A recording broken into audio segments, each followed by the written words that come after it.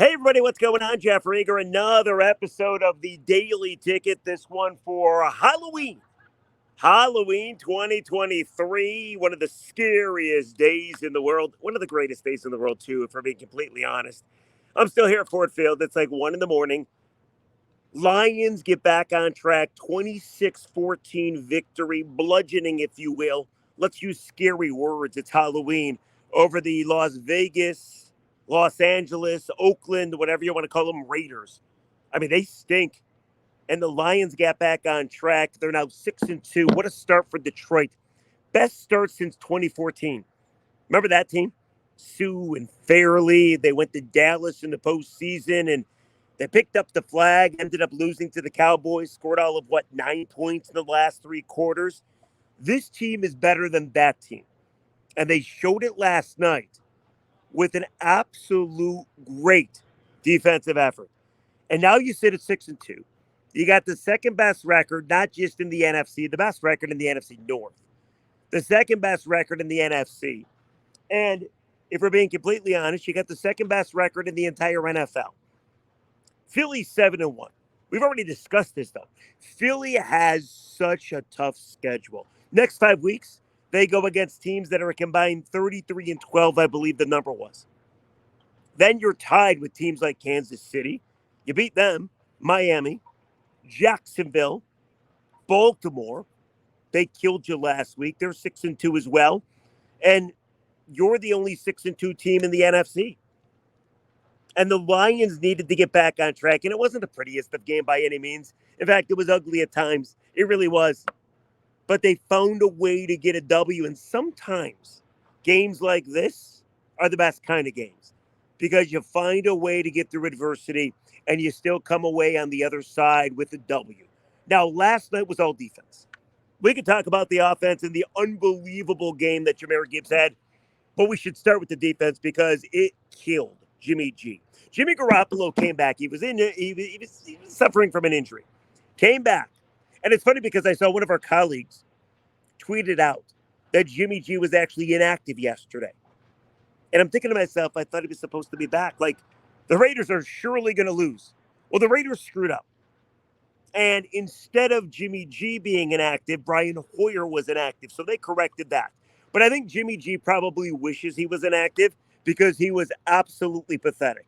And he was pathetic thanks to a Lions defense that killed him, mutilated him, massacred him. Again, think horror movies. Freddy Krueger, Jason Voorhees, Leatherface. All of those characters less scary to Jimmy G than the Lions defense. That absolutely wrecked him. I'm going to give you some stats. Jimmy G was so bad last night. 10-21, threw for 120-some yards. A rating of 46.9, which is truly pathetic. And then you get to the QBR. Garoppolo's QBR yesterday was 3.7. I didn't even know that was possible. Lions sacked him 6 times. They killed him. They scored 1 touchdown, and that was pretty much because the Raiders were able to run the ball a little bit in the first half. They ran for 80 yards against the Lions. Other than that, the Raiders were dead in the water. And if it wasn't for a couple Lions turnovers, including a Jared Goff pick 6, Raiders don't even score. Or they have to settle for 1 touchdown. Lions defense was awesome yesterday. It was remarkable. Alex Anzalone was great. Led every Lion in tackles. He had 7, 5 were solo. He had 2 sacks, 3 tackles for losses, 2 QB hits. Just a dominant performance. And I say this every week, with the exception of the Baltimore game, because nobody played good in that game. But Alex Anzalone, what a smart move to bring him back. I, without a doubt, double gas Brad Holmes. Like, what are you doing bringing Anzalone back? What are you guys, silly? What are you, stupid? Man, do I look stupid for thinking that and saying that. Alex Anzalone wearing the green dot, the captain of this defense. I mean, just so good. And it was great again last night. Kirby Joseph had a pick. Tracy Walker and Brian Branch, he'd had 6 tackles. All around great defensive effort. Dan Campbell gave the defense the game ball, gave it to Aaron Glenn. that he gave it to his secondary members. Cam Sutton had a nice game. Jerry Jacobs had a nice game. Great defensive effort for the Lions. They held the Raiders to 157 yards of offense. 80 were on the ground. They found a way to sack Jimmy Garoppolo 6 times. Raiders only had 12 first downs. It was a great defensive effort, and after what happened in Baltimore, to be able to come back and win again right before the bye, then you're going to be able to get healthy. It was a great win at Ford Field. What made it even better, by the way, this place was freaking lit. Oh, my God.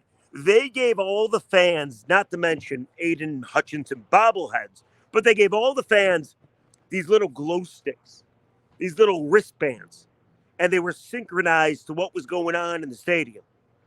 Whether it be the national anthem, whether it be Queen's We Will Rock You to start the fourth quarter, they turned off the lights. I mean, it was really cool. The crowd was awesome. The only thing that was missing, I thought, were Halloween costumes. Like, it's the night before Halloween. Nobody was dressed up for Halloween. I counted like 4 people of like 75,000 downtown. Other than that, memorable, awesome atmosphere. I left my bag over there, by the way. I keep looking. Make sure nobody takes it. That's why I keep looking over, in case you happen to be watching this on YouTube. But all around, great effort by the defense and just a great environment. And Jared Goff was asked post-game, can you envision a playoff game here? And he's like, oh, yeah. It's going to be even better than it was tonight. Aiden Hutchinson flat out said, listen, Lions fans took it up a level. The crowd was that good. The defense was that good. The crowd was that good. It was a memorable, great night at Ford Field where the Lions once again get themselves another double-digit victory. That's not what, 5 in 6 games. That doesn't happen in the NFL. Spare me the, well, the Raiders blow. They do blow. I would agree with you. But they're an NFL team with NFL talent. And to beat them by double digits, pretty damn impressive. So the Lions sit at 6-2. The offense was just good enough. They put up 26 points. I thought they settled for way too many field goals. In fact, they didn't score their first touchdown until late first half. They kept getting in the red zone, kept having to settle for field goals. What are you going to do? It happens, right? Good red zone defense by the Raiders. I didn't think Jared Goff was all that great. He threw a pick 6 for 75 yards going the other way. Here, I could happen right there, actually. Was able to stay in bounds, took it 75 yards to the house. There were a couple different times where I thought to myself, the Lions are going to lose this football game because offensively, they're just not getting the job done. But then they got the job done. Goff wasn't great by any means. Jared Goff today, if I can bring it up for you, 26 of 37, but he did throw for 272 in the air, a touchdown and a pick. QBR at just 52.3, a rating of 89, right? The story of the offense was Jahmyr Gibbs. Jahmyr Gibbs was great. It's a first-round pick. And I do think it's safe to say that a lot of people were like, when is Gibbs going to get it going? Well, there's no David Montgomery. There was a banged-up offensive line. The Lions are using backups at all their guard positions. And somehow, some way, Jahmyr Gibbs just went off. 26 carries, 152 yards, and a touchdown. And the touchdown was beautiful. Turn the corner, never look back. He is so fast. And what's even cooler, by the way, here, it happened right here. I'll show you. Right over there. Gibbs was able to get into the end zone, jump into the stands. He was deadlifted by a blonde fan. So you got Gibbs and this blonde woman and the rest of the Lions fans in the front row right in the end zone celebrating. It was so cool. It was like the Lambeau Leap, but it was better because it wasn't Lambeau and it wasn't Green Bay. But Jahmyr Gibbs was great. Also had another 5 catches for 37 yards. Craig Reynolds, he did fumble deep in Raider territory. I don't think it was a fumble, though. If you watch the replay, I know they called it a fumble on the field. Max Crosby recovered it. It's got to be indisputable proof to overturn it. I guess they didn't have that, but if you watch the replay, there's no way that was a fumble. I think Reynolds was down. But what are you going to do? They won the game. It doesn't matter. But 74 yards rushing for Reynolds. So Gibbs has turned into the running back that I think we all wanted to see, worthy of taking first overall, or not first overall, but a first-round pick, 12th overall. And then Craig Reynolds, I thought, was great too. And again, another day without David Montgomery, you find a way to win. And that's before you even get to Amon-Ra St. Brown. Amon-Ra was great too. I keep throwing around the word great on Halloween. It was a really nice win. Amon-Ra, who was sick, on Sunday, he hit the injury report. Nobody knew if he was going to play. Toughed it out. He didn't look good. I saw him running back from the field rather. And Aaron Glenn looked at him and said, "This is why I love you, man." He had a mask on. I don't think he was feeling very well. Still, 108 yards receiving. Amon-Ra, 6 receptions, 108, an average of 18, a long of 44, 9 targets. And for a couple times, he was catching the ball and spiking it. Amon-Ra St. Brown, I don't know if he gets the love that he deserves, but he should. He's that special for this offense. And on a day where I didn't think the offense was great, turning over the ball twice, guys like Gibbs and Amon-Ra found a way to get the job done. Overall, it was just a very nice win by the Lions. A very nice win.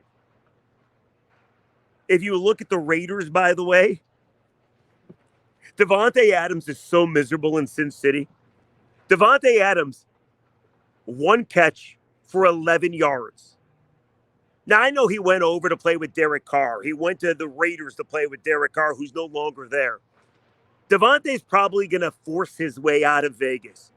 He seemed miserable. 11 yards, 1 catch. Now, Garoppolo, believe it or not, this was still a game in the fourth quarter, late in the fourth quarter. Garoppolo had him streaking down right over here, actually. Right over there. Here, let's get it for you. Streaking down the left side of the field, Garoppolo flat out missed him. Probably because he was hit so many times. Davante was pissed. He was throwing his helmet all over the place. I mean, overall, to hold Davante Adams to 1 catch, Michael Mayer, 1 catch, Austin Hooper, 2 catches, former Lion Amer Abdullah, 1 catch. And then you get to the rushing attack for the Raiders, and it was good in the first half. Jerry Jacobs, or make that Josh Jacobs, 15 carries, 61 yards. But for the most part, this game should not have been as close as it was. Lions turned over the ball too many times. They weren't all that efficient on offense. They settled for too many field goals. But it doesn't matter because they come away with the win, and now they're 6-2. And we talked about this, I think, yesterday on the podcast when we had Brian Chapman on. The Niners have lost 3 in a row. The Eagles are going through a spot where they're going to take on 5 difficult teams in a row. Lions maybe do a little something at the deadline, which is later today, 4 o'clock. Maybe by the time you watch this, they will have already made a move. The Lions are in this thing, people. They really are. Like, yesterday's performance wasn't great by any means. It was forgettable. I think in a 17-game season, you're going to look back on Monday Night Football. You're going to remember the atmosphere. You're going to remember the fun. But overall, it's just one of those games that you had to overcome adversity, just get a win. It wasn't pretty. It was closer to ugly, and you move on. 6-2 for the first time since 2014.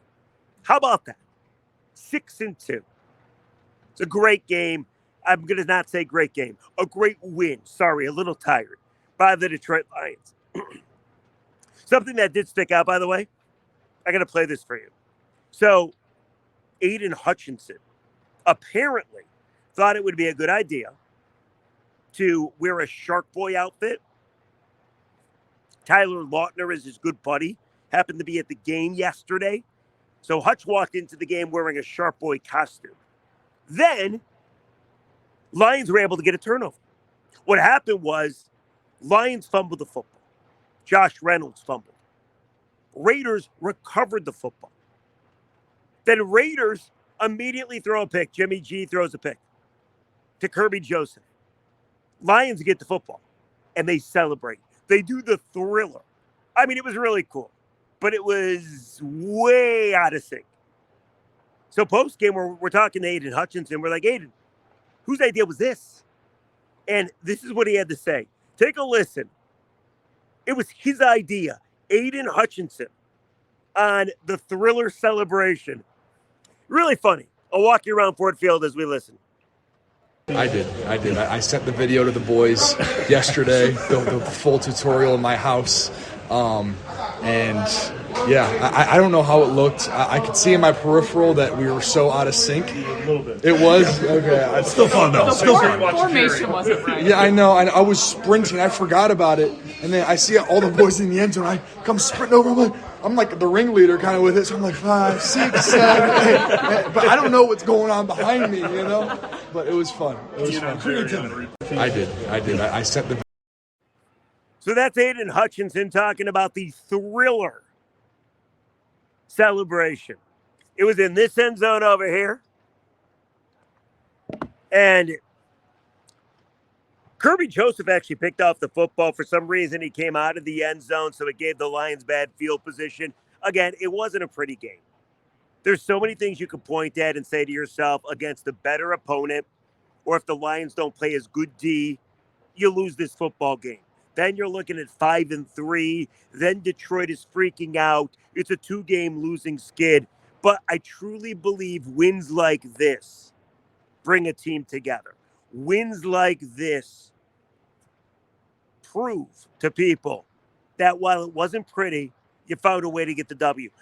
Dan Campbell said after the game, we got our identity back. They're a football team that runs the football more than anything. And they're going to hopefully get to the quarterback, which they were able to do 6 times. You know, we all wonder about what this team does at the trade deadline.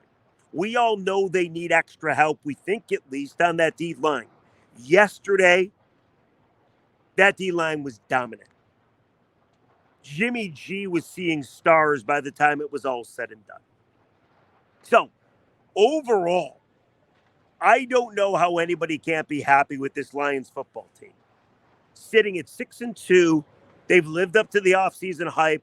Twice now they've come back from bad losses. The Seattle loss, they won 4 in a row. The Baltimore loss was even worse, and they've won the next game after. They get a bye week, they enjoy themselves, and then, of course, they go to Los Angeles to take on the Chargers. They come back against the Bears, and then, of course, the Pack. The schedule gets a hell of a lot easier. Chargers are playing better football. So let's say after the Charger game, schedule gets pretty easy. This team is doing what we've always wanted them to do. And for a bye week, we should probably just sit and enjoy it. So let me know. Comment section below. What did I miss out or leave out? It's like 2 a.m. I admit to you, this isn't my best podcast by any means. Kind of scatterbrained, kind of all over the place, kind of shouting into the camera. But that's what's going to happen when you have to work a Monday Night Football game, and it's worth it. Hutchinson said this was the best crowd he's seen, and he hopes the Lions get more Monday Night Football games. I can say a little late for my liking, but for all the fans that were here at Ford Field that packed this gorgeous facility, I mean, they were so loud, so rowdy. It's a great day in downtown Detroit. Great day. Add that to the fact that, by the way, the Wings were able to fight back. They were down 2-0 to the Islanders, third period. They get back on track and get a win, 4-3 in overtime. Pistons, last time I checked, lost. We could have had the trifecta, which would have been nice. The Pistons ended up losing by 12 to the Thunder in OKC, 124-112. So 2 out of 3 ain't bad. It's hit 333, or make that 666. So let me know. Comment section below. How relieved are you from this win? How special and good do you think this team is? And isn't it nice to be able to win ugly? Jahmyr Gibbs was not ugly. He was fantastic. Everybody else, a little ugly. The defense was ugly because they made Jimmy G look ugly. One more thing, by the way, Jameson Williams. Let's hit on JMO very quickly, by the way, shall we? JMO once again dropped the ball. It was the ball he should have caught. Not a great throw by Jared Goff by any means, but it's a ball that he should have caught. caught another ball, got lit up immediately, so he lost yardage. Jameson Williams on the day was 2 catches, 16 yards, 3 targets. A long of 8. Actually, a long of 22, my bad. He's working his way in there. I've never quite seen a receiver not being able to catch the football like he can. It's kind of wild to me. But first real year, offense is clicking without his help. They should have scored more than 26, settled for too many field goals. J-Mo's a guy to keep a lookout. Keep an eye out for. Hopefully he continues to get better. There did look a little miscommunication. Goff tried to hit J-Mo. J-Mo ended up dropping the football, and Goff kind of shot him a stare. Like, dude, you need to start catching the ball. It's so wild. I know it's weird because we focus on one guy. You got this whole team of 53 guys, but we focus on Jameson Williams. It's because he's the 12th overall pick. Like, just like Jahmyr Gibbs. I think some people were thinking Gibbs was underwhelming. Gibbs went out and had a day, and all that talk stops, right? J-Mo has yet to have a day like that. Yeah, he's caught 2 touchdowns. But he's yet to really take over a football game. And I think that's what we're waiting for. So, the good thing is he's learning on the job.